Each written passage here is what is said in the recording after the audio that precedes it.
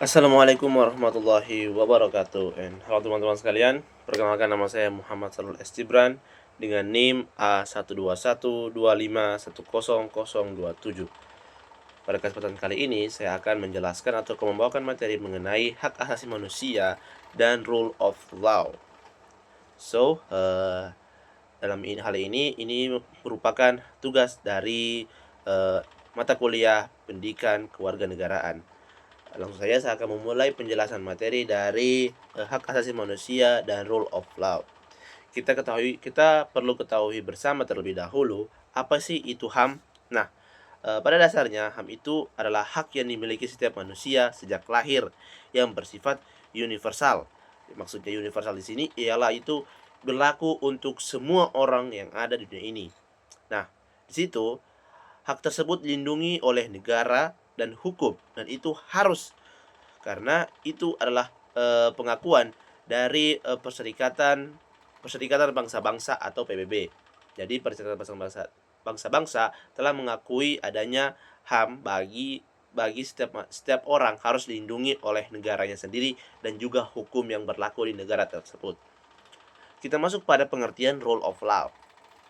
Rule of law di sini jelaskan bahwa itu adalah hukum sebagai kekuasaan tertinggi yang dimana semua orang harus tunduk dan patuh pada hukum dan pada hukum tersebut, dengan tidak adanya kekuasaan yang sewenang-wenang di atas hukum tersebut. Jadi tidak ada kekuasaan yang bersifat di atas dari hukum tersebut. Jadi hukum adalah salah satu di dalam rule of law. Itu adalah hukum yang tidak ada sesuatu yang di atas dari hukum tersebut. Nah, kita masuk pada pembahasan fungsi dari HAM terlebih dahulu. Fungsi dari HAM ada beberapa fungsi, yaitu yang pertama, melindungi martabat manusia. HAM sendiri melindungi hak martabat manusia, sebagaimana manusia tersebut harus dilindungi harga diri, dan bagaimana HAM ini dapat melindungi harga diri seorang manusia yang berstatus di masyarakat. Nah, yang kedua, membatasi kekuasaan negara. Jadi negara tidak bisa sewenang-wenang atas perlakuan terhadap warganya, karena warganya sendiri memiliki hak asasi manusia yang telah ada sejak dia lahir. Jadi negara tidak bisa mengotoriter seseorang dengan semena-mena. Yang ketiga ialah mendorong kesetaraan.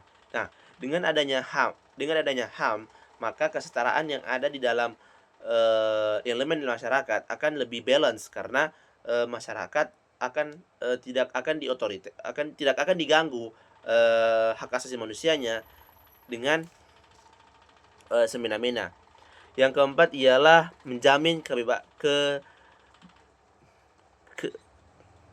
kebebasan dasar. Nah, di sini dimaksudkan menjamin kebebasan dasar ialah setiap orang harus bisa berpendapat ataupun berekspresi dengan sebebas-bebasnya, dengan juga karena itu adalah hak yang dia miliki. Jadi hak asasi manusia itu menjamin hal tersebut. Yang kedua ialah instrumen penyesuaian konflik. Nah, dengan adanya hak, maka konflik-konflik yang akan bermunculan di elemen masyarakat itu akan lebih terorganisir, karena mereka memiliki hak asasi manusia, tidak bisa mencela ataupun memunculkan suatu argumentasi kepada seseorang karena seseorang itu berbeda, karena dia memiliki hak asasi tersebut. Kita masuk pada fungsi rule of law. Ada beberapa poin juga seperti hak asasi manusia. Poin dari fungsi rule of law itulah menjamin kepastian hukum. Nah, jadi dengan adanya rule of law, hukum yang ada dan yang berlaku di negara tersebut akan lebih terjamin jalan hukum tersebut. Yang kedua adalah mencegah tindakan otoriter. Yang seperti yang dijelaskan tadi, tidak adanya satu elemen ataupun satu lembaga atau negara pun tidak bisa mengotoriter seseorang dari segi hak dia berpendapat ataupun dia berekspresi, ataupun dari segi kemanusiaan tersebut lagi. Jadi tidak bisa dia mencegah tindakan otoriter kepada seseorang manusia. Yang ketiga ialah menegakkan persamaan di hadapan hukum. Jadi tidak ada perbedaan antara si A dan si B di dalam rule of law.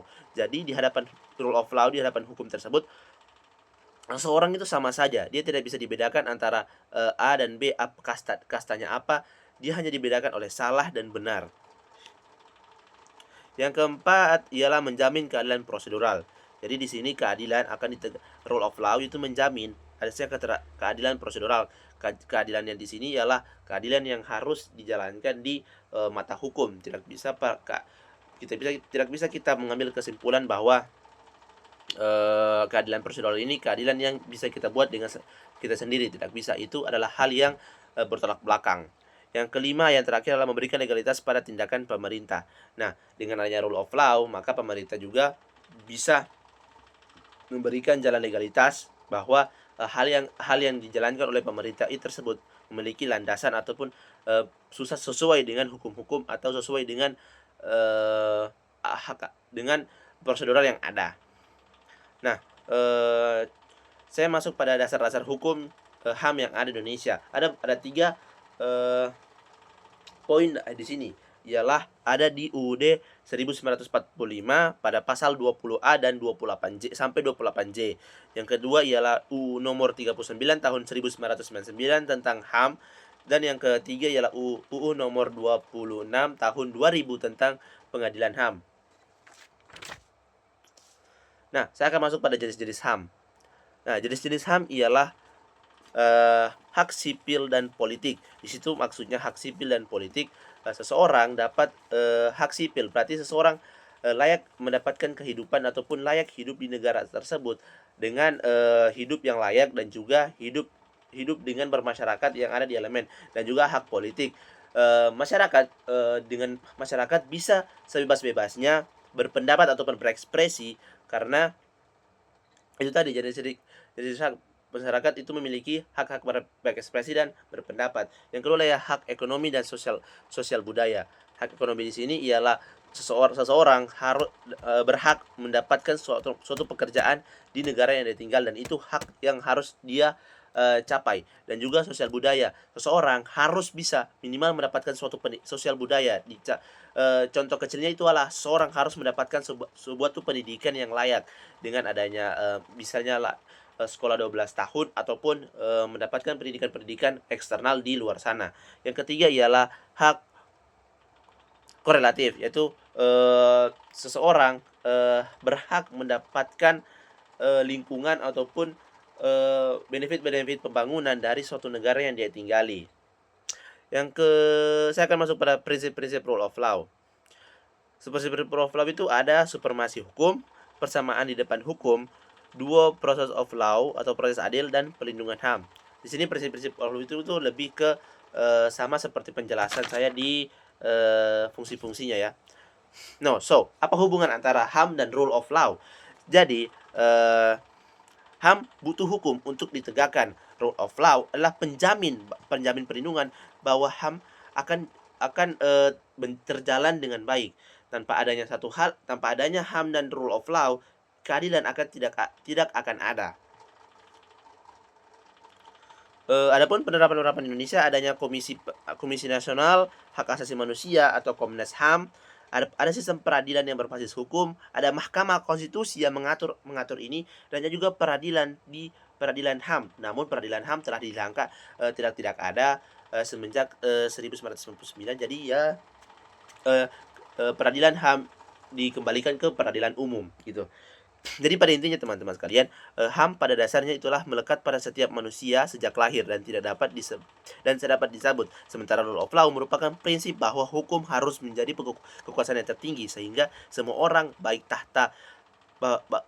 rakyat kecil ataupun orang pejabat sekalipun, mendapat kedudukan yang sama. Itu dari saya. Lebih dan kurangnya saya mohon maaf. Assalamualaikum warahmatullahi wabarakatuh.